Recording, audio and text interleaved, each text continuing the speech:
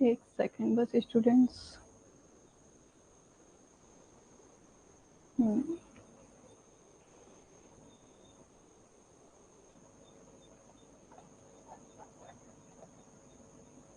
Okay, so hi, my lovely students. I am Akansha Mathur, your UGC at Home Science mentor. Welcome you all in my class. तो चलिए आज हम start कर देते हैं। आज हमारे यूनिट नंबर 6 का लास्ट टॉपिक है which is your space planning. ये आपका एक एलिमेंट भी है, ठीक है, जिसको हम लोग वैसे तो कवर कर चुके हैं but still there is something left I have to explain you. तो आज हम लोग वही चीज कवर करेंगे, ठीक है। तो your topic is space planning. बाकी के मुझे लगता है ना सब लोग आज सैटरडे एंजॉय कर रहे हैं, ठीक है। So without any delay let's be start. तो भाई आप लोगों को ये टेलीग्राम चैनल पता ही है, जिसको नहीं पता है वो ज्वाइन हो सकता है इस टेलीग्राम ग्रुप में। और अभी भी अगर किसी को कोई कोर्स परचेज करना है then you can purchase the course and use the coupon code which is MATHUR10 to get 10% off of any fill up form courses. Okay, तो चलिए हम पढ़ लेते हैं space planning. What is space planning? क्या होता है कि स्पेस प्लानिंग? पता नहीं भाई, अब वो जाने उनका काम जाने। जो सीरियस हैं वो आज क्लास में हैं, जो नहीं है वो अपना वीकेंड एंजॉय कर रहे हैं। चलिए तो देखो स्पेस प्लानिंग में बेसिकली होता क्या है। It is the most important aspect for the planning. जब आपके पास में, मैंने आप लोगों को बताया था ना, यू हैव अ लैंड, तो वहां पे कितना हिस्सा आपको किस चीज के किस पर्पज से यूज करना है, वही तो आपका स्पेस प्लानिंग होता है ना। स्पेस प्लानिंग में क्या होता है कि आपके पास जितना भी अवेलेबल स्पेस होता है, अवेलेबल जितनी भी जगह होती है, उसमें से आप कितना पोर्शन यूज कर रहे हो, कितना पोर्शन आप यूटिलाइज कर रहे हो, वही तो आपका स्पेस प्लानिंग कहलाता है ना। स्पेस प्लानिंग में आपका क्या आ जाता है? कर दीजिए कर दीजिए कर दीजिए भाई, अपने फ्रेंड्स तक शेयर कर दीजिए ताकि वो लोग ज्वाइन कर लें। Good morning Priyanka. ठीक है, कर दीजिए आप।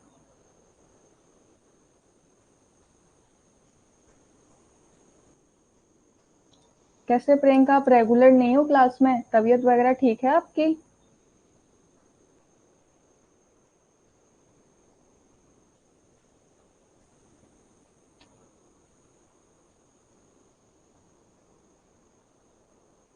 देखो बेसिकली स्पेस प्लानिंग में आता क्या है। स्पेस प्लानिंग आपका एक डेप्थ एनालाइज होता है, यानी कि जो आपका फिजिकल स्ट्रक्चर है, फिजिकल स्ट्रक्चर क्या है, जो आपकी लैंड है उसको आप अपना जो, इसको बेसिकली फिजिकल स्ट्रक्चर को आपका बेसिकली फ्लोर स्पेस भी कहा जाता है, क्योंकि ऑब्वियसली बात है कि आप जो स्पेस यूज करने वाले हो वो रहने तो फ्लोर का ही है ना, रहना तो वो फ्लोर का ही है, कि जमीन का ही हिस्सा आप इस्तेमाल करने वाले हो ना। तो उस कंडीशन में ये आता है। ध्यान रखो भाई, क्योंकि अब तबीयत खराब हो ये नहीं चलेगा। तबीयत से कहो तुम बाद में आना, तबीयत को मात दे दो।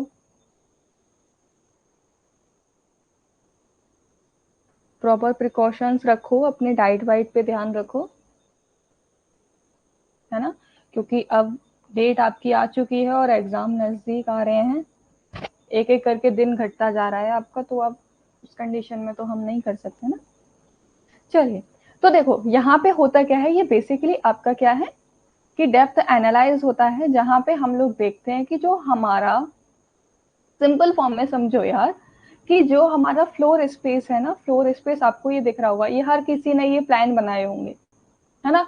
तो वहां पे हम लोग क्या करते हैं कि जो हमारा फ्लोर स्पेस है उसको हम अपने डिजायर कंफर्टेबल की तरह, है ना, जितना हमें आरामदायक होता है कि हमें कितना चाहिए उसके अकॉर्डिंग हम डिफरेंट डिफरेंट डिजाइन करते हैं, यानी कि प्लान करते हैं। फॉर एग्जाम्पल, एक मिनट स्टूडेंट्स, एक मिनट। मेरी आवाज आ रही है क्या आप लोगों को?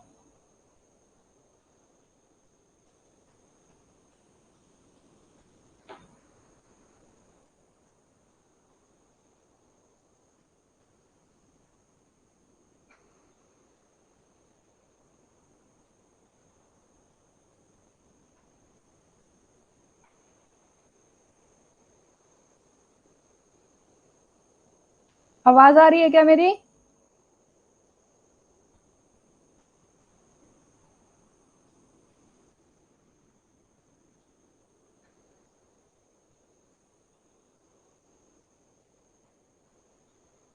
हेलो।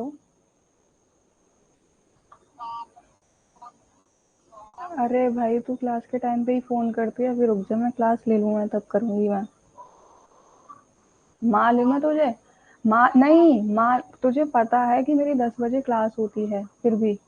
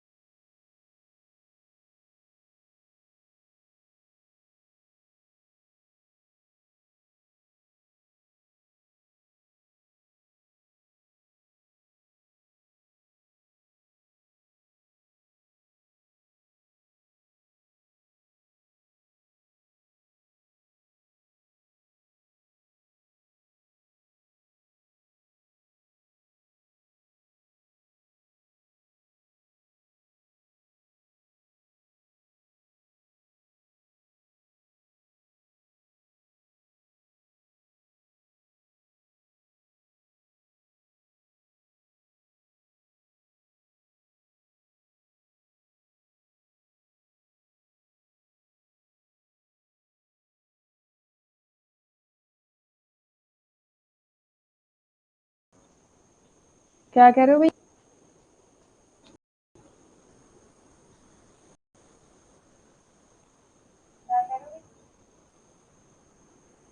चलो, मैं किसको मारूंगी? किसी को नहीं, बस जिस पे आपका बस चलता है ना, आप उन्हीं लोगों को मार सकते हो, और कुछ नहीं। चलो, तो देखो, स्पेस प्लानिंग में आपको बता रही थी, ये पढ़ लो। आवाज आ रही है?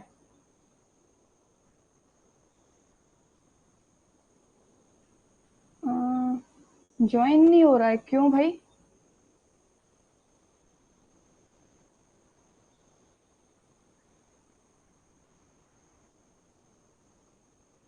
अरे भगवान, ये पता नहीं तुम्हारे इस टाइम पे म्यूट क्यों नहीं होता है ये।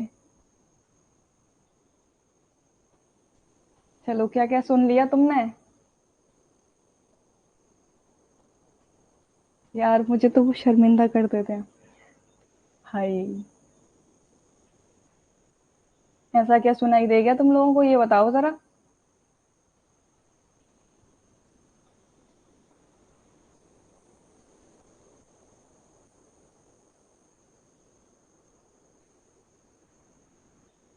चलो, पढ़ लो अब। ओके, वेट अ मिनट, अभी देखती हूँ।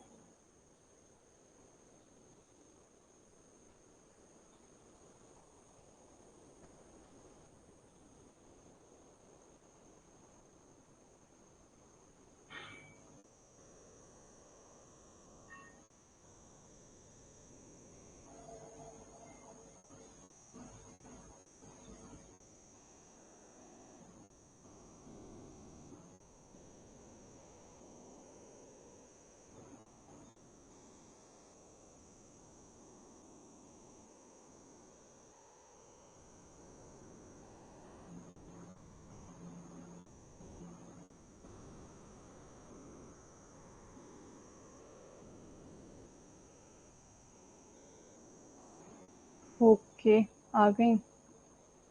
चलिए।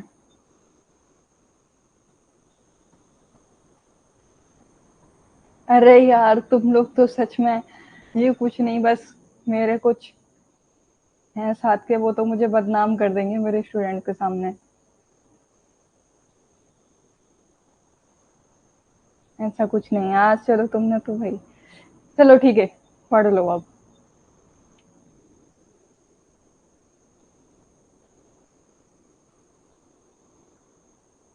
अब देखो, मैं स्पेस प्लानिंग में तुम्हें क्या बता रही थी, स्पेस प्लानिंग में बता रही थी कि सिंपल शॉर्ट फॉर्म में समझो कि जहाँ पे जितना भी आपका स्पेस प्लानिंग का जो मेन मकसद रहता है ना, वो ये रहता है कि आपकी जो जगह है वो वेस्ट ना हो।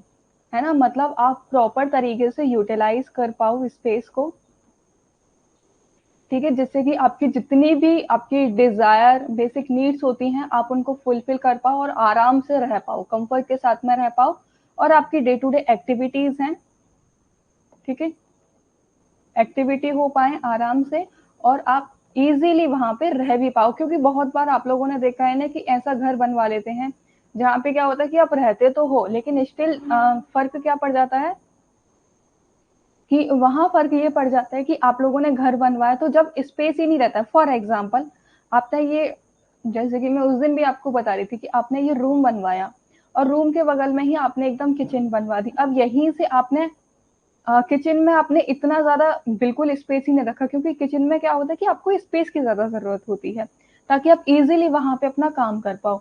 या फिर आपने लिविंग रूम में क्या कर दिया, लिविंग रूम में आपने क्या कर दिया कि आपने सिर्फ सब जगह पूरा सामान ही सामान रख दिया। ऑब्वियसली लिविंग रूम होता है काफी ज्यादा ओपन स्पेस होता है, वहां पे ओपन स्पेस छोड़ा जाता है, वो आपका लिविंग रूम कहलाता है। अब वहीं पे अगर आपने स्पेस नहीं छोड़ा, यानी कि स्पेस का मतलब है खाली जगह, आम भाषा में बोल रही हूँ, ठीक है, तो जब आपका वो खाली जगह ही नहीं होगी तो आप अच्छे से मूवमेंट नहीं कर पाओगे, वहां पे आपको एक लगेगा कि बंधा बंधा सा लगेगा। एक जो रिलैक्स काम कंफर्ट जो फील होता है एक ओपन स्पेस में, वो आपको एकदम बंद बंद वाली चीजों पे नहीं लगेगा। वही आपका स्पेस प्लानिंग हम लोग कहते हैं। स्पेस प्लानिंग का मोटो ये रहता है कि कंफर्ट आपको मिल सके, आपका जो जो जितनी भी जगह है, आपका जो फ्लोर है वो वेस्ट ना हो, ठीक है। और तीसरी चीज जो रहती है कि आप हर एक प्लेस को यूटिलाइज भी कर पाओ और प्रॉपर मूवमेंट कर पाओ। ये आपके फायदे रहते हैं स्पेस प्लानिंग के। इसीलिए स्पेस प्लानिंग बहुत ज्यादा इंपॉर्टेंट रहती है। इसी के लिए आप लोग जब भी कंस्ट्रक्शन का काम करवाते हो या फिर कोई भी डिजाइन करवाते हो तो आप किसकी आर्किटेक्चर की हेल्प लेते हो, ताकि वो आपका जितना भी एरिया है उसको यूटिलाइज कर सके। अब यहाँ देखो, एक जो आपकी गवर्नमेंट पॉलिसीज हैं उनके बेसिस पे क्या है, आपके 3 टाइप्स ऑफ हाउस प्लान बताए हैं। वो क्या है आपके, देखो अब इसको क्या हो गया, आज तो मुझे लग रहा है ना कि क्लास में कुछ ना कुछ हो ही रहा है। अब पता नहीं ये रफ क्यों नहीं हो रहा, कोई बात नहीं, चलो मैं ऐसे ही बता देती हूँ। देखो आपके ना 3 टाइप्स ऑफ हाउस प्लान होते हैं। एक तो होता है हाई लिविंग स्टैंडर्ड, सेकंड होता है middle living standard, and third होता है आपका लो लिविंग स्टैंडर्ड। तो अब देखो इन तीनों में डिफरेंस बताऊं। जब आपका हाउस प्लान किया जाता है ना तो हाउस प्लान में क्या होता है कि जो बेसिकली आपके हाई लिविंग स्टैंडर्ड का जो रहते हैं ना, वहां पे आपका क्या रहता है, प्रॉपर काफी सारे रूम रहेंगे, प्रॉपर बड़ा ओपन एरिया रहेगा, किचन बाथरूम ये सभी चीजें आपकी रहती हैं। लिविंग रूम भी रहेगा, ड्राइंग रूम भी रहेगा, स्टोर रूम भी रहेगा, मतलब एवरीथिंग आपका लिविंग स्टैंडर्ड की कैटेगरी में आता है जहां पे आप प्लान करते हो। मिडिल लिविंग स्टैंडर्ड में जो आता है वहां पे क्या होता है कि आप कोशिश करते हो कि वहां बेसिकली आपका क्या हो, 2 रूम हो आपके अच्छे खासे, एक लिविंग एरिया हो या फिर ड्राइंग एरिया, इनमें से कुछ भी एक हो सकता है, ठीक है, और आपका किचन बाथरूम वगैरह, ये लिविंग में आता है। और लो स्टैंडर्ड में क्या आता है, यहाँ पे सिर्फ और सिर्फ आपका कोई भी ओपन एरिया नहीं होता है, कोई भी अलग से ड्राइंग एरिया लिविंग एरिया ये कुछ भी नहीं होता है। सिर्फ यहाँ पे आपकी बेसिक नीड फुलफिल की जाती है, यानी कि आपको रूम दिए जाते हैं, किचन बाथरूम, बस इतना आपको दिया जाता है, उसके अलावा कुछ भी नहीं होता है आपके लो स्टैंडर्ड वाले हाउसेज में, ठीक है।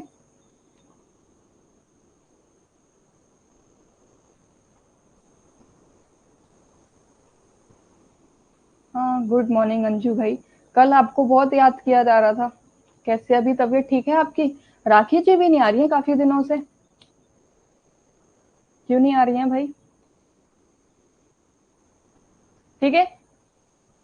अब देखो स्पेस प्लानिंग के ना आपके कुछ फैक्टर्स या फिर आप कह लो, स्पेस प्लानिंग में कुछ बातों का ध्यान रखना बहुत ज्यादा जरूरी है।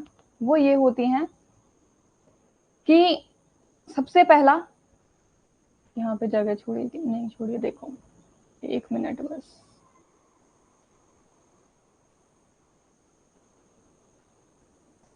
देखो जो आपके फैक्टर इंपॉर्टेंट रहते हैं,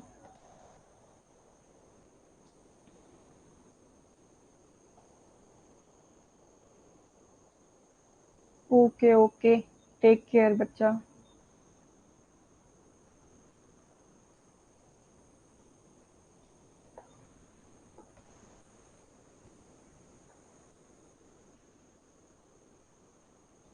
देखो इंपॉर्टेंट फैक्टर में आपका क्या रहता है कि आपके रेजिडेंटल, कॉमर्शियल, रेजिडेंटल में तो आ जाएगा जो आप अपनी खुद के रहने के लिए बनवा रहे हो, ठीक है। कॉमर्शियल में आ जाएगा कि आपको कोई काम करना है, ठीक है, जैसे फॉर एग्जांपल स्कूल चलाना है, हॉस्पिटल चलाना है, ये सभी चीजें आएंगी। और फिर आता है आपका एक इंडस्ट्रियल। तो ये तीनों आपके इन तीनों पर्पस के लिए आपकी जो लैंड होती है वो अलग से आपको प्रोवाइड की जाती है। हर किसी पर्पस के लिए आपका अलग अलग स्पेस है, वो कैटेगराइज किया गया है, ठीक है।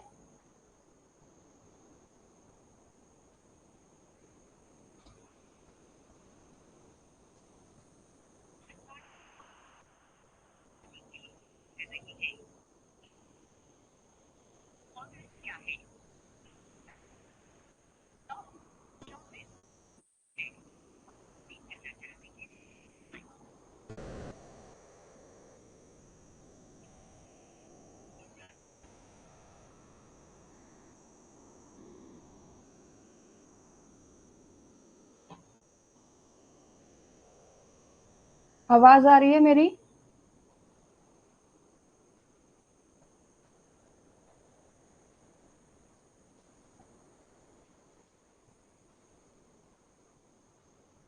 आवाज आ रही है स्टूडेंट्स मेरी?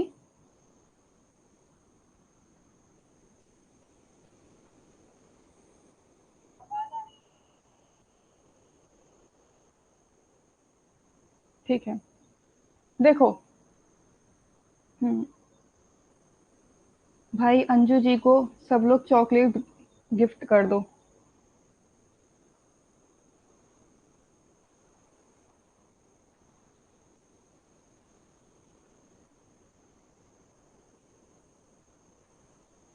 ठीक है। तो देखो रेजिडेंशियल पर्पस में, कॉमर्शियल पर्पस में, इंडस्ट्रियल पर्पस में आपका स्पेस अलग रहता है। और फिर एक फैक्टर रहता है आपका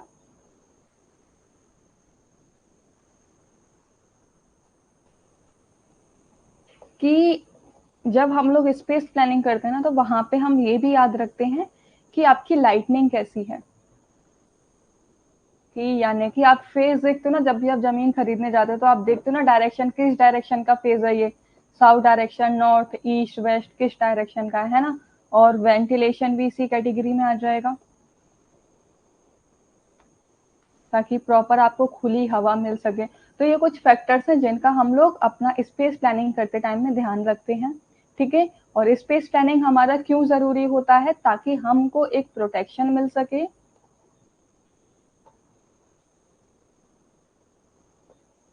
ठीक है, प्रोटेक्शन मिल सके।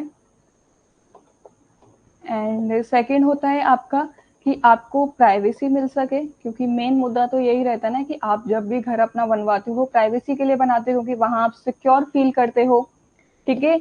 और आप लोग कई बार आप एजुकेशन पर्पस के लिए भी जमीनें परचेज करते हो, ठीक है। और अपनी फैमिली की नीड्स को फुलफिल करने के लिए, क्योंकि आपका जो मकान है वो आपकी बेसिक नीड में से ही एक है। अब देखो इसके ना कुछ प्रिंसिपल होते हैं जब हम लोग प्लानिंग करते हैं। तो देखो ये प्रिंसिपल क्या है? Aspect, prospect grouping, privacy, roominess, furniture requirement, sanitation, flexibility, circulation and practical consideration. Aspect की कैटेगरी में आपका क्या आता है कि आप किस शेप का रखना चाहते हो, है ना। एस्पेक्ट और किसी चीज से नहीं, सिंपली आपका अगर हम लोग देखें तो आप अपनी वॉल किस arrangement of wall, door, window, इन सब का आप अरेंजमेंट करते हो ना कि मुझे वॉल इस डायरेक्शन में चाहिए, मुझे खिड़की इस डायरेक्शन में चाहिए, है ना, डोर इस डायरेक्शन में चाहिए। जैसे कि आप किचन में करते हो कि किचन आपको एल शेप किचन चाहिए, है ना, या फिर यू शेप किचन चाहिए, है ना, या फिर सिर्फ वन लाइनर किचन चाहिए। तो ये आप डिफरेंट टाइप्स ऑफ हम लोग क्या करते हैं कि अलग अलग एस्पेक्ट में हम लोग डिजाइन करवाते हैं, प्लानिंग करवाते हैं। ठीक है, फिर आ जाता है आपका प्रोस्पेक्टर। प्रोस्पेक्टर में ये होता है कि आपका वो जो घर है वो आउटसाइड से देखने पे कैसा लगेगा, बाहर से देखने पे कैसा होगा।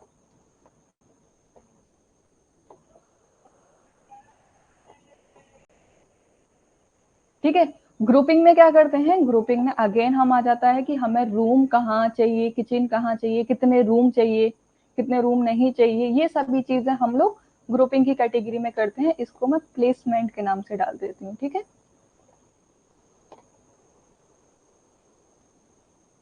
फिर उसके बाद में आता है आपका प्राइवेसी।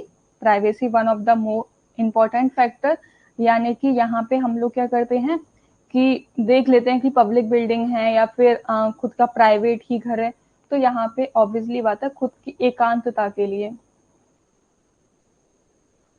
रूमीनेस की अगर मैं बात करूँ तो अगेन रूमीनेस आपका आ जाता है जहाँ पे आप हर किसी रूम में आप लोगों ने देखा होगा कि विंडो अलग होती हैं, फर्नीचर आप अलग तरीके से डिजाइन करवाते हो, बेड आप अलग तरीके से डिजाइन करवाते हो, है ना। कुछ लोग छोटा कमरा चाहिए, किसी को बड़ा कमरा चाहिए, तो वो आपका रूमीनेस में आ जाता है कि आपको कमरा एग्जैक्ट में चाहिए कैसा।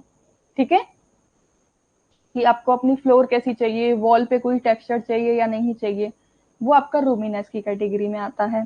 फर्नीचर रिक्वायरमेंट में अगेन कि आपको किस तरीके का फर्नीचर चाहिए, जैसे कि फॉर एग्जांपल कि कुछ लोग होते हैं जिसको सिर्फ और सिर्फ वुडन का पूरा फर्नीचर चाहिए। ठीक है, और कुछ लोग ऐसे होते हैं कि वहां पे उनको वुडन का फर्नीचर भी चाहिए और साथ के साथ उनको एलमीरा है वो अलग से एलमीरा नहीं चाहिए, वॉल के अंदर फिक्स एलमीरा चाहिए, है ना। उनको साइड से स्टूल भी चाहिए, उनको मिरर भी चाहिए। तो ये सारी चीजें आपकी फर्नीचर की कैटेगरीज में आ जाती हैं। उनको प्रॉपर वहां पे अपने रूम में एक स्टडी टेबल और चेयर चाहिए। तो दीज आर फर्नीचर रिक्वायरमेंट। ठीक है,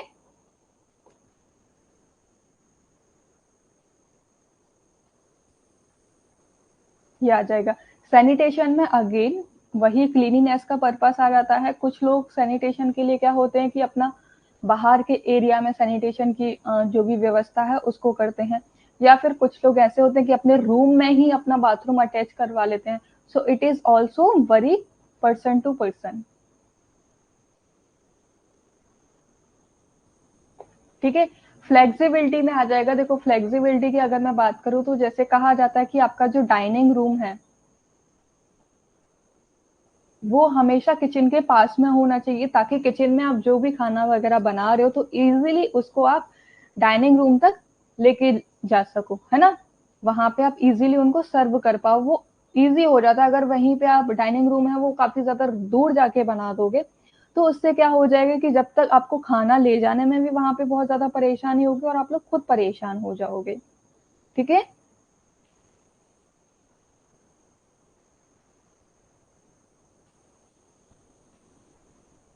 फिर आता है आपका सर्कुलेशन एंड प्रैक्टिकल कंसिडरेशन। इसमें अगर मैं बात करूँ तो इसमें आ जाता है आपका कि आप अपनी कन्वीनियंस के अकॉर्डिंग बनाते हो, अपने कंफर्ट के अकॉर्डिंग बनवाते हो। कन्वीनियंस में क्या आ जाएगा कि अब किसी को भाई जो किचन है वो एकदम डाइनिंग रूम के पास में पसंद है, लेकिन किसी को लिविंग एरिया में पसंद है किचन अपना, किसी को ओपन एरिया में पसंद है, किसी को एकदम एकांत में किचन पसंद है, किसी को बाहर किचन पसंद है।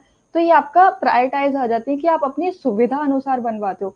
फॉर एग्जाम्पल वैसे कि अगर मैं बात करूँ तो किचन में क्या होता है कि कई बार आप लोग देख लेते हो कि जैसे कि डिफरेंट टाइप्स ऑफ शेप मैं बता रही हूँ किचन की, है ना। तो वहां पे आप क्या करते हो कि उस शेप में कोई सिर्फ वन लाइनर किचन बनवाता है, कोई ओपन किचन बनवाता है, कुछ लोग एल शेप किचन बनवाते हैं। अब यहाँ पे भी क्या है कि या तो वो जो आपकी सिंक होती है वो या तो पीछे की साइड बनवाते हैं, या कुछ लोग किचन में ही एक अलग से स्टोर रूम बनवा लेते हैं, ताकि वो जितना भी सामान है किचन मैसी ना लगे और वो अपना सारा का सारा सामान स्टोर रूम में रख सके। So these are the some principle which will remember to planning a space। ठीक है, यस एग्जैक्टली, वेदर से बचने के लिए।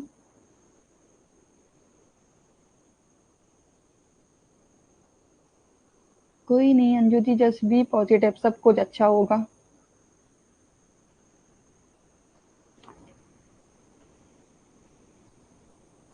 नहीं, अभी नहीं हो रही है मेरी प्रैक्टिस क्लास।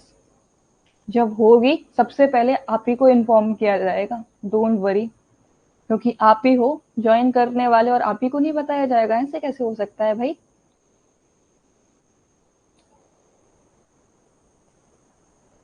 आप ही को बताएंगे और किसको बताएंगे। ठीक है, तो यहाँ तक ये समझ में आया ना सबको। एक्चुअल में पता है आज मैं ना ये टॉपिक कराना नहीं चाहती थी, क्योंकि ये ऑलरेडी करा चुकी हूँ, बट स्टिल मैंने कहा चलो करा दो, कोई दिक्कत नहीं। बट मंडे से हम लोग अपनी न्यू यूनिट स्टार्ट करेंगे। अब देखो अर्गोनोमिक किचन डिजाइन, जैसा कि मैं अभी आपको बता रही थी कि वन वॉल किचन होती है, ये आपकी वन वॉल किचन है, जहाँ पे आप देख रहे हो कि दीवार के सहारे सिर्फ एक स्लिप पड़ी हुई है, यहीं पे आप सारा खाना वगैरह जो भी करते हो सिर्फ इसी एक ही, इसके अलावा आपको ना यहाँ पे ना यहाँ पे कहीं पे भी कुछ नहीं दिख रहा होगा। सिर्फ वन लाइनर किचन इसको बोलते हैं। गैली किचन वो होती है जहाँ पे ये क्या होता है, this is your galley kitchen. Galley kitchen में क्या होता है कि अगेन यहाँ पे जो आपका रहता है ना, काउंटर जो रहता है वो वॉल से चिपका हुआ नहीं होता है, उसका सिर्फ थोड़ा सा पार्ट आपका वॉल से लगा होता है, अदरवाइज वो ज्यादातर ओपन एरिया में होता है। ठीक है, वो आपका गैली स्पेस होता है जिसके सामने आपके टेबल वगैरह ये सारी चीजें रख दी जाती हैं।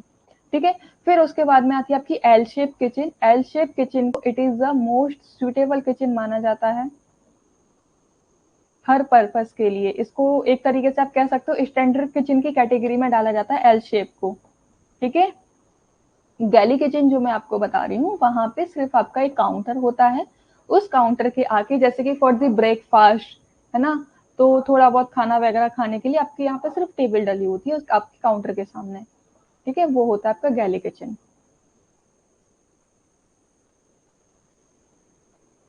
है ना। एल शेप किचन को आपका मोस्ट सुटेबल या फिर आप कह सकते हो स्टैंडर्ड किचन के नाम से भी जाना जाता है। फिर उसके बाद में आती है आपकी U shape kitchen. U shape kitchen में क्या होता है आपका कि जो आपका काउंटर रहता है ना, ये तीन स्लाइस, जहां पे आपकी सिर्फ ये एक स्लिप थी, यहाँ पे तीन स्लिप रहती हैं। ठीक है, ये वाला हल्का सा इसमें पूरा स्ट्रेट दिखाया, but this is a particular इस तरीके का रहता है, ये राउंड हल्का सा, है ना। तो ये पूरा इस तरीके से आपको स्ट्रक्चर देखने को मिलेगा, ऐसा रहता है। ये आपकी यू शेप किचन कहलाती है ना। जहाँ पे इस साइड में आपकी सिंक रहेगा, इस साइड में आपका आप कह सकते हो स्टोव रहेगा, गैस स्टोव रहेगा, या फिर इस साइड में आप सिंक डालो कुछ भी, या फिर ये वाला आप यूटिलिटी स्पेस कह सकते हो, या फिर ये सिंक कह सकते हो, जैसा आपको ठीक है लगे।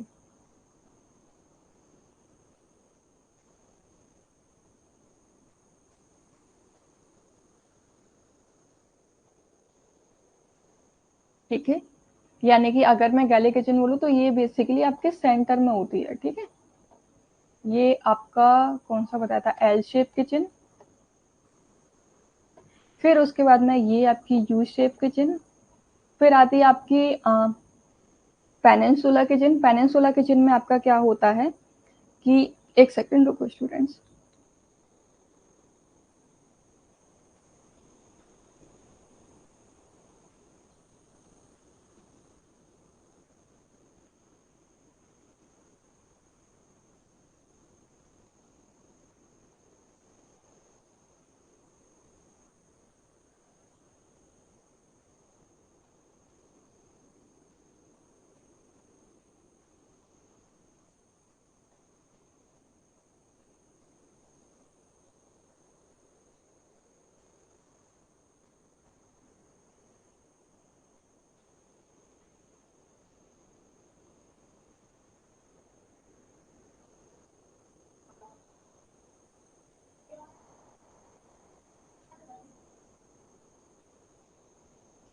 देखो ये वाला जो पेनिनसुला जो किचन होती है ना, अगेन आपकी गैले की ही तरह होती है, बट यहाँ पे क्या होता है कि ये वाला जो आप काउंटर देख रहे हो दिस वन, तो इस काउंटर को ना आप as a snack, as a breakfast, इन सब के लिए भी आप यूज कर लेते हो, जहाँ पे आपके कैबिनेट लगे हुए होते हैं।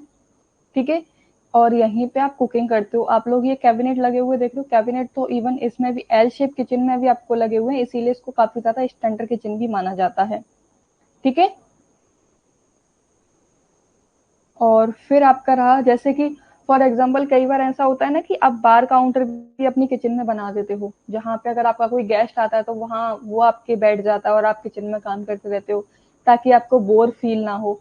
तो उस पर्पज से आपकी ये वाली डिजाइन की जाती है, और इसको डिजाइन करना भी काफी ज्यादा इजी होता है। फिर आपका आता है लास्ट में आइलैंड किचन। आइलैंड किचन की कैटेगरी को हम लोग देखें तो ये क्या होता है कि यहाँ पे भी आपकी जो ये किचन होती है, ये आपका एक तरीके से स्पेस डिवाइडर का काम करती है। यानी कि यहाँ पे आपने सिर्फ एक वॉल है, जिस तरीके से इसमें है ना वन वॉल, सेम यहाँ पे वन वॉल काउंटर रहता है, और यहाँ पे आप काफी ज्यादा स्पेस छोड़ देते हो, फिर उसके अगेन एक और काउंटर बना देते हो, वो आपकी होती है आइलैंड किचन। ठीक है।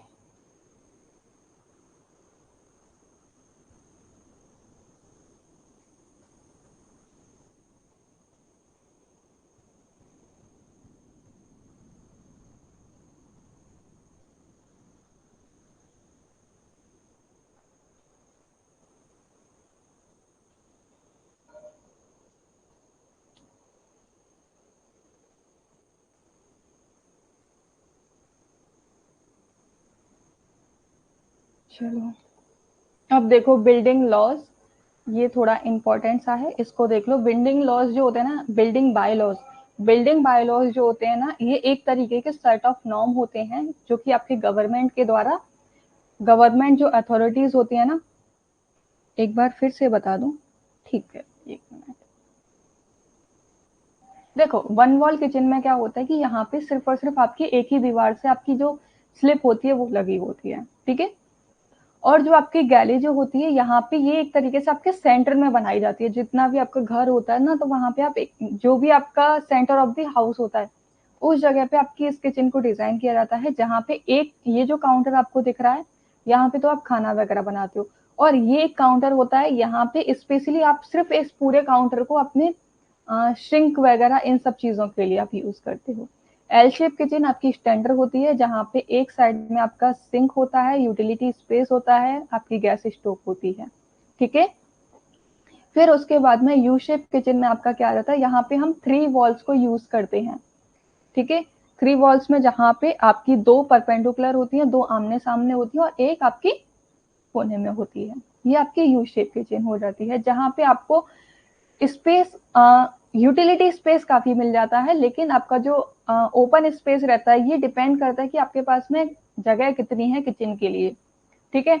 वहां पे पेनिनसुला जो किचन होती है, यहाँ पे अगेन थ्री वॉल होती है, लेकिन इस कैटेगरी में आपको क्या करते हो कि यहाँ पे आप एक तरीके से डिटैच कर सकते हो इसको, यानी कि अलग हटा के रख सकते हो अगर आपको जरूरत नहीं है तो। उसके बाद में अगर हम लोग आइलैंड किचन की बात करें, अगेन आइलैंड किचन सिमिलर होती है, इसको भी आप डिटैच कर सकते हो। ये ज्यादातर आप लोग यूज करते हो for the purpose of the guest, या फिर आपको कुछ आप इतना ज्यादा बिजी रहते हो कि आप अपने पार्टनर के साथ में टाइम स्पेंड नहीं कर पाते, तो यहीं बैठ के आप रात को खाना खा सकते हो। तो ये सभी चीजें इनके लिए आपका यूज होता है। ठीक है। अभी कोई कंफ्यूजन बताओ।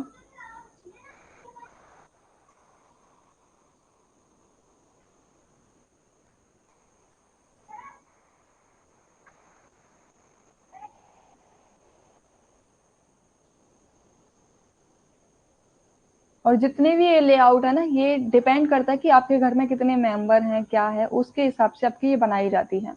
ठीक है। या फिर आप इसको कह सकते हो कि सेंटर ऑफ द हाउस होती है, या फिर जब आपका बहुत ज्यादा छोटा स्पेस होता है ना, छोटी सी किचन होती है ये, बस बहुत छोटी सी किचन होती है। ठीक है। और ये तो आपकी ट्रेडिशनल किचन होती है, जो आपके पहले भी यूज की जाती थी और आज के टाइम में भी यूज की जा रही है। ठीक है। और यू शेप में दो आपकी लंबी होती है, और एक आपकी जो स्लिप होती है वो काफी ज्यादा, बहुत ज्यादा छोटी होती है, वो आपकी यू शेप किचन होती है। और ये वाली, इसको देखो, इसको आप कह सकते हो प्रॉपर तरीके से, दिस इज मेड इन अ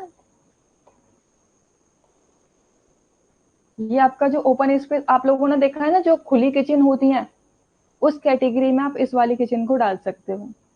ठीक है, जहाँ पे कोई भी वॉल नहीं लगी होती है साइड से, ये प्रॉपर ओपन किचन होती है, जो ज्यादातर आप लोगों ने मूवीज एंड ऑल इन सब में देखा होगा, जो ज्यादातर काफी बाहर के लोग इसको यूज करते हैं।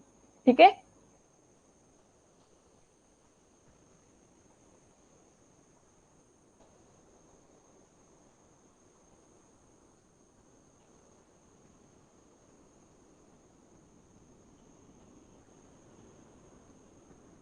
सबके घर पे ज्यादातर आपको एल शेप किचन ही मिलेगी।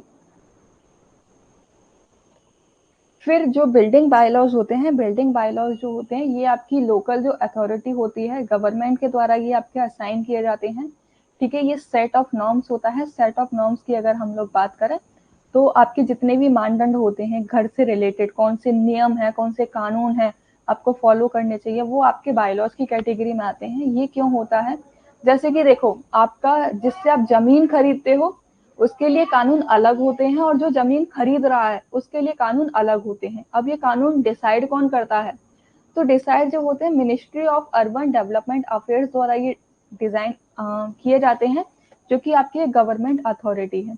इसके अलावा अगर मैं आपको बताऊं, तो जो आपके बिल्डिंग कोड्स होते हैं, ये सभी चीजें जो होती है, वहां पे अलग अलग आपके रूल्स लिखे होते हैं कि कितने माले का आपको घर बनाना है, कौन सा सामान आप यूज कर सकते हो अपने घर को बनाने के लिए, किस मटेरियल का यूज नहीं करना है ना, कितनी जमीन आपको अलॉट की गई है, और किस पर्पज से आप बना रहे हो ये भी आपको बताना होता है। और उसके पहले आपको क्या है, बिल्डिंग प्लान अप्रूव कराना होता है। ठीक है, बिल्डिंग प्लान में क्या आ जाता है कि आपका जो भी आप घर बनवा रहे हो, वो HIG की कैटेगरी में आ रहा है, या MIG की कैटेगरी में आ रहा है, या फिर LIG की कैटेगरी में आ रहा है। तो ये आपको वहां पे मेंशन कराना होता है। और जितना अगर आपने बिल्डिंग प्लान जो अप्रूव कराया है उसके अकॉर्डिंग अगर आपका घर नहीं होता है, तो कई बार आपका यहाँ पे प्रॉब्लम देखने को आपको मिल जाती है। यानी कि जितनी मोटी दीवार आपने दिखाई है उतना ही मोटा आप कर सकते हो दीवार को। जितने अगर आपने 2 फ्लोर दिखाया है तो 2 फ्लोर का ही आप बनवा सकते हो, 3 फ्लोर नहीं बनवा सकते हो। यस, इंडिया में भाई एल शेप फेमस है, इट इज और ट्रेडिशनल। ठीक है, तो ये होते हैं आपके बायलॉज। जहाँ पे बायलॉज क्या है, ये आपके डिफर करते हैं, जैसे कि मैंने आप लोगों को बताया था ना कि आपकी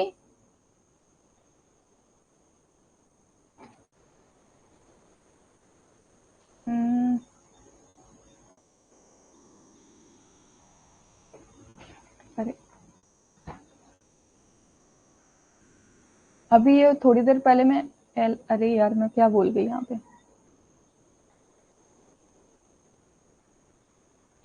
high high living standard, middle living standard और लो लिविंग स्टैंडर्ड, ये होते हैं। ठीक है,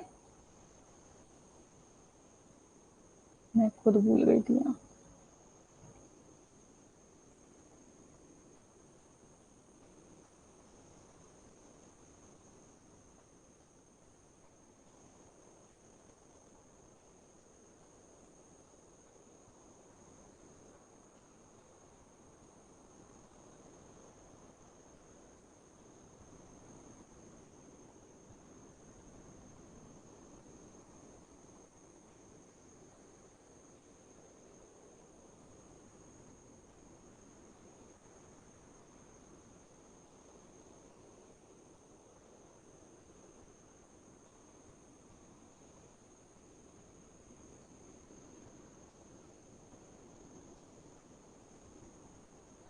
ये HIG MIG वगैरह जो मैंने लिखा था ना, वो उस पर्पज से लिखा था। ये आपकी इनकम वाली कैटेगरी में आ जाते हैं। देखो,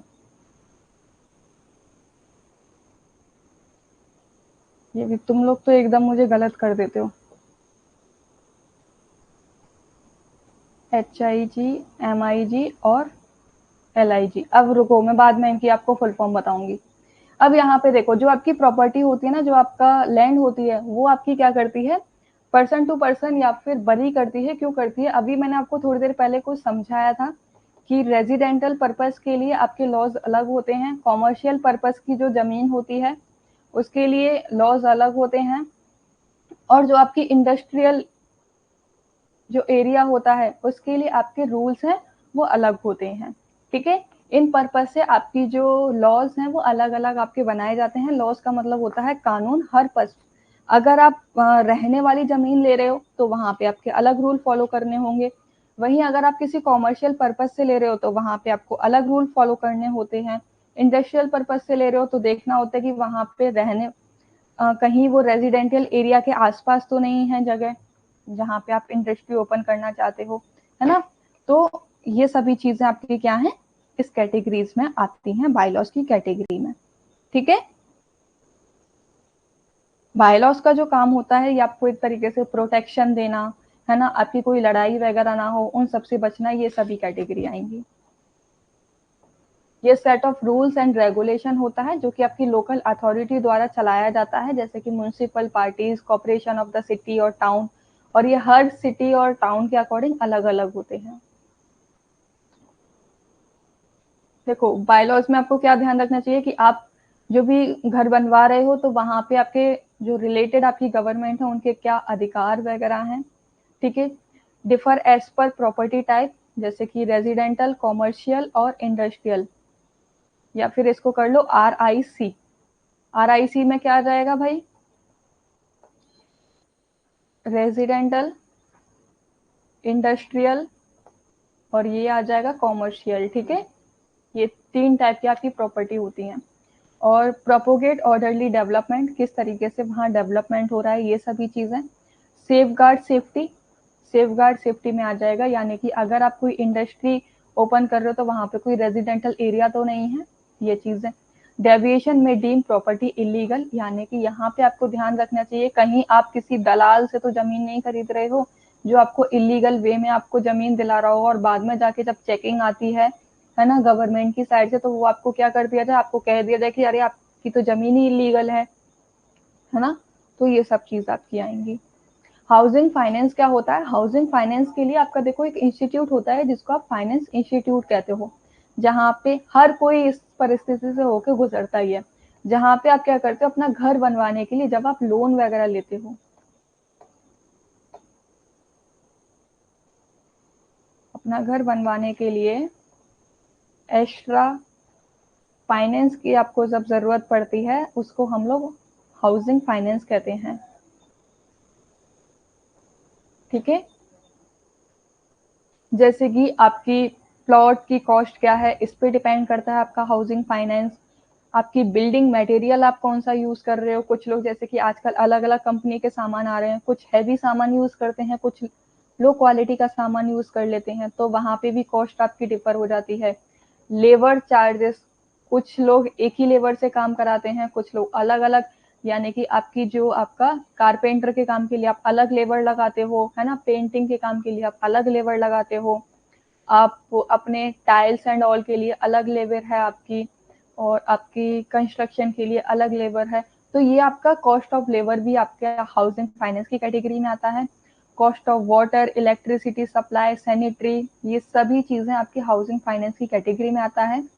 इन सब चीजों के आप ऊपर क्या है, आपको एक फाइनेंस इंस्टीट्यूट होता है जो आपके फाइनेंशियल ट्रांजेक्शन को कंडक्ट करता है, जैसे कि आपको इन्वेस्टमेंट दे दिया, लोन दे दिया, डिपॉजिट आपकी पड़ी हुई है, FD एंड ऑल, ये सभी चीजें आपकी फाइनेंशियल इंस्टीट्यूट की कैटेगरी में आती है। जैसे कि आप लोगों ने देखा है ना कि आजकल तो काफी ज्यादा लोन भी चलते हैं, हाउसिंग लोन, लैंड लोन, कुछ इस तरीके के जो चल रहे हैं वो इस कैटेगरी में आते हैं।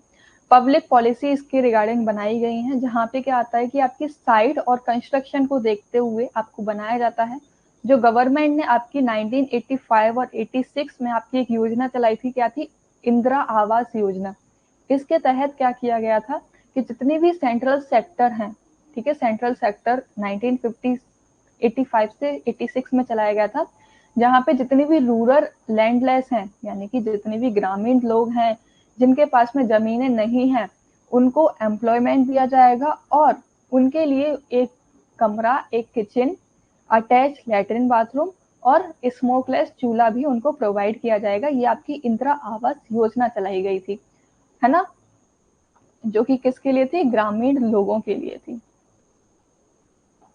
सेम आपकी गवर्नमेंट के द्वारा और भी पॉलिसीज एंड ऑल चलाई जाती हैं, जहाँ पे आप लोगों ने देखा होगा LIC, आप लोगों ने सुना है ना, यस, इंदिरा आवास योजना 1985 से 86, ठीक है।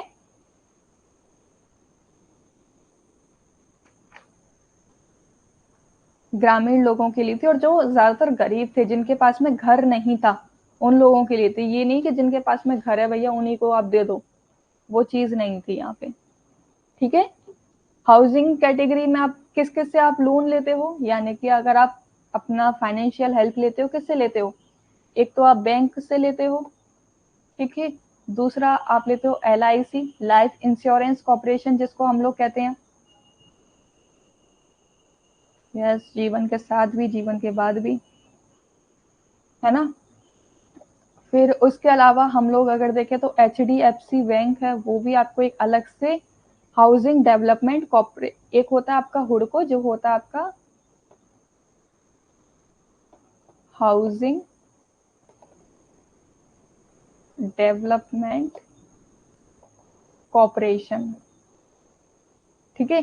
ये भी होते हैं जो आपको एक अलग अलग इंटरेस्ट पे आपको फाइनेंस हेल्प देते हैं, यानी कि आप लोग देते हो ना कि जो जितना इंटरेस्ट देता है आप उसी के अकॉर्डिंग तो अपना लोन वगैरह या जो भी आपको चाहिए होता है वो लेते हो ना। इसके अलावा अगर मैं योजनाएं आपको बताऊं तो एक योजना चली थी अपना घर योजना, उसके तहत भी आपको फाइनेंस मिलता है, ठीक है। अपना अपार्टमेंट योजना,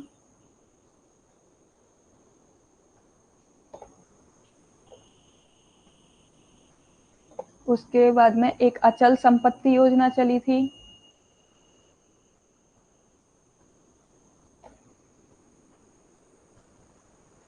ठीक है। बीमा निवास योजना,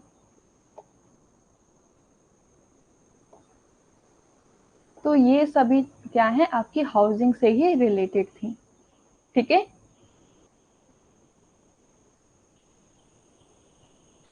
सो भाई ये था आज आपका टॉपिक। यस, एग्जाम में आते हैं। तो फाइनली हमारी यूनिट नंबर 6 है वो खत्म हो चुकी है। अब इसमें किसी को कोई दिक्कत आज की क्लास में? चलो, फाइनली हमारी आज की ये लास्ट क्लास थी और टाइम से भी हो गई, है ना। बट स्टिल वो बात अलग है, टाइम पता नहीं चला, बट चलो हो गई।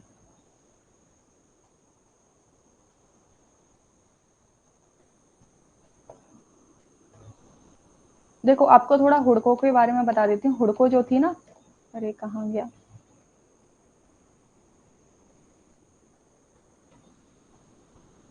देखो हुड़को जो थी, ये देखो जो आपकी इंदिरा निवास योजना थी वो तो ग्रामीण लोगों के लिए थी, वहीं पे हुड़को जो थी ना ये आपके अर्बन लोगों के लिए चलाई गई थी, यानी कि जो आपके शहरी लोग थे ना उनको, उनके लिए चलाई गई थी, और ये पब्लिक सेक्टर के लिए चलाई गई थी। जो आपकी गवर्नमेंट जॉब एंड ऑल ये सब लोग करते हैं ना उसके लिए चलाई गई थी, और ये कब चलाई गई थी? 1970 में, भारत सरकार के द्वारा, जिसका उद्देश्य क्या था कि आपको हाउसिंग सपोर्ट देना, हाउसिंग फाइनेंस सपोर्ट देना, और दूसरी चीज कि आपकी जो डेवलपमेंट एक्टिविटीज है उनके लिए भी आपको हेल्प प्रोवाइड करना, ठीक है, जिसके लिए आपको लोन एंड ऑल ये सभी चीजें देना। योजना का ईयर पूछ सकते हैं, बट देखते हैं, कुछ कह नहीं सकते कि कब क्या पूछ लें वो।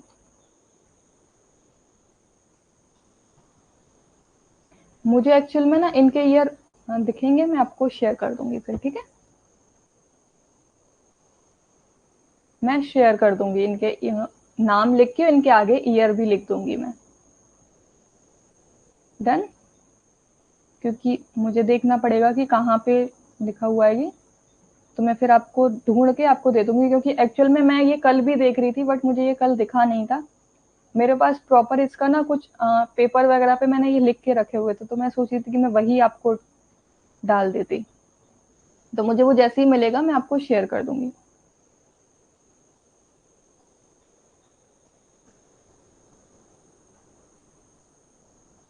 चलो तो भाई बताओ, आज कोई दिक्कत क्लास में, कहीं कोई परेशानी?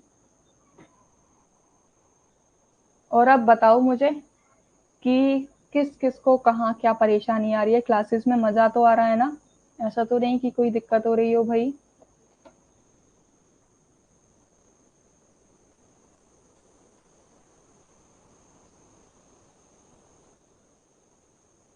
सब क्लियर? पक्का?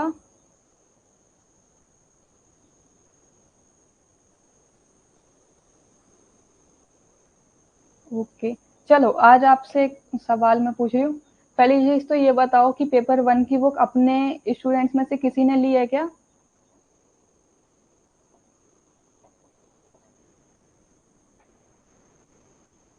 कितने लोगों ने लिया है ये बता दो जल्दी से।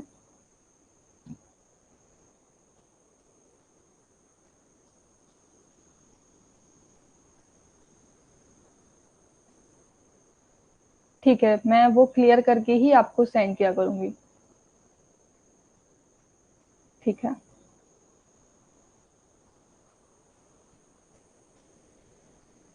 फिर आपको समझ आ जाया करेगा ना?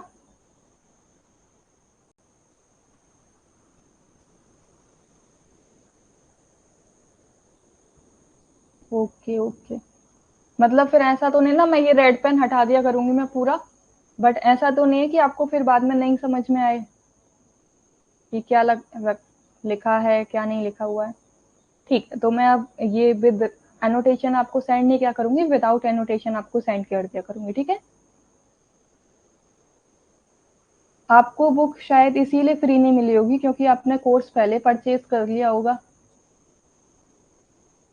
जिन्होंने बुक आने के टाइम पे कोर्स परचेज किया था उन लोगों को फ्री में बुक मिल रही थी। ठीक है, डन। मुझे कोई दिक्कत नहीं है, मैं विदाउट एनोटेशन आपको शेयर कर दूंगी। अब एक बात बताओ कि आपको जो होम साइंस की क्लास है जो कि आपकी पेपर 2 की है, वो आप क्यों लेते हो? मतलब मुझसे ही क्यों लेते हो, ये रीजन बताओ।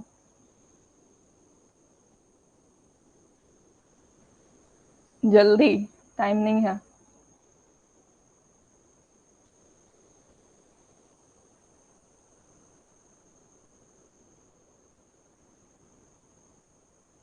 वेरी गुड मनदीप जी। मैं इतना बोलूंगी मनदीप जी, आपको मैं एक एडवाइस देना चाहूंगी, अच्छा लगे तो रख लेना, कि जो आपके रिटिन नोट्स है ना, तो आपने वो खुद बनाए हैं तो वो आपके दिमाग में तो छपे ही होंगे। तो अब आप फोकस करो कि रिटिन नोट्स को पढ़ने से अच्छा है कि आप अपने क्वेश्चन जितना ज्यादा हो सके उतना ज्यादा सॉल्व करो, क्योंकि क्वेश्चन सॉल्व करो और जहां आप कहीं अटक रहे तो उस टाइम पे अपने नोट्स देख लो कि अच्छा इसमें क्या लिखा हुआ है। ठीक है, वो आपको हेल्प करेगा।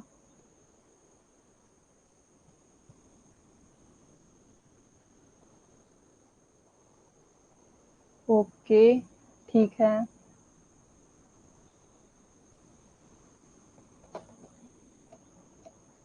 Okay, very good. चलो मैं क्वेश्चन को थोड़ा सा और इजी कर देती हूँ तुम्हारे लिए। मतलब कि आपने फिल फॉर्म प्लेटफॉर्म चुना होम साइंस पेपर के लिए, तो फिल फॉर्म प्लेटफॉर्म क्यों, किस पर्पज से?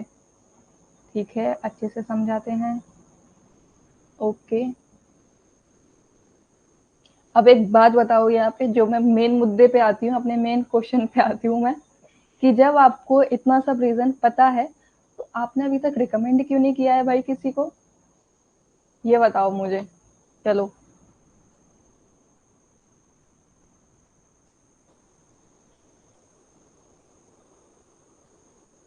आपके कांटेक्ट में और भी तो स्टूडेंट्स होंगे जो प्रिपरेशन कर रहे होंगे, उनको तो आपने कभी किसी को रिकमेंड नहीं किया। क्यों, जब इतनी अच्छी बातें हैं जैसा कि आप लोगों ने लिखा है, तो जब एक्चुअल में है तो आप रिकमेंड कर सकते थे ना, ताकि उनकी भी हेल्प हो जाए, बट पता नहीं। Okay, very good. ये तो मैं मानूंगी कि यहाँ पे जितनी भी हमारी फैकल्टी है सब हेल्पिंग नेचर के, मतलब always ready to you all. चाहे वो आपके जितेंद्र सर हो, चाहे आपकी प्रियंका मैम हो, मंजू मैम हो, आशीषिका मैम हो, कोई भी, मतलब दूसरे पेपर की जो फैकल्टी है आप उनको तो खैर नहीं जानते होगे, बट पेपर 1 की फैकल्टी को आप जानते हो। Really everyone is too good. वो आपको कोई भी दिक्कत होगी ना, तो या तो वो तुरंत सॉल्व करेंगे, या फिर उनको नहीं पता होगा तो वो आपका बाद में एक्चुअल फैक्ट के साथ में नॉलेज लेकर आएंगे, तब जाके आपको बताते हैं, गलत इन्फॉर्मेशन प्रोवाइड नहीं करते हैं, है ना।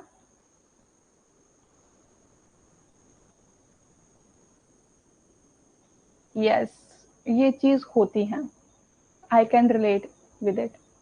चलो वो तो बस ऐसे ही मैंने मस्ती मजाक में पूछ लिया था, क्योंकि आज थोड़ा 5 मिनट का टाइम था, तो मैंने कहा चलो तुम्हारी टांग खिंचाई कर ली जाए, तो बस इसीलिए, है ना। बहुत टाइम हो गया था, बहुत टाइम से इतना सीरियस सीरियस पढ़ रहे थे, आज जब क्लास जल्दी भी खत्म हो गई तो मिल गया हमें 5 मिनट का टाइम, तो कभी कभी तो मैं भी मस्ती कर सकती हूँ तुम्हारे साथ, तुम मेरे साथ इतनी मस्ती करते हो, आज मुझे मौका मिला, मैंने मौके का फायदा उठा लिया।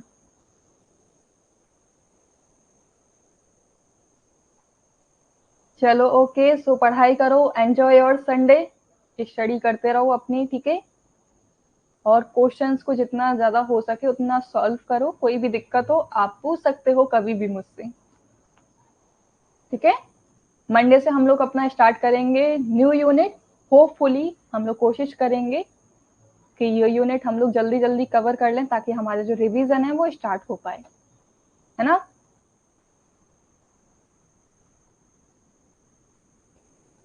ये तो बात है। Yes, it is a real. कोई बात नहीं, देखो हर किसी का अपना अपना अलग है।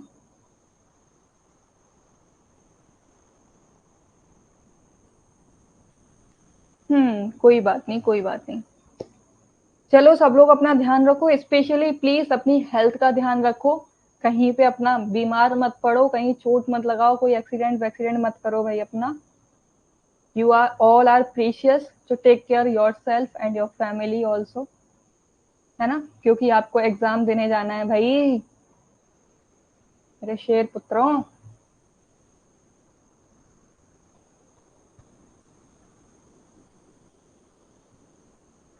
चलो बाय बाय।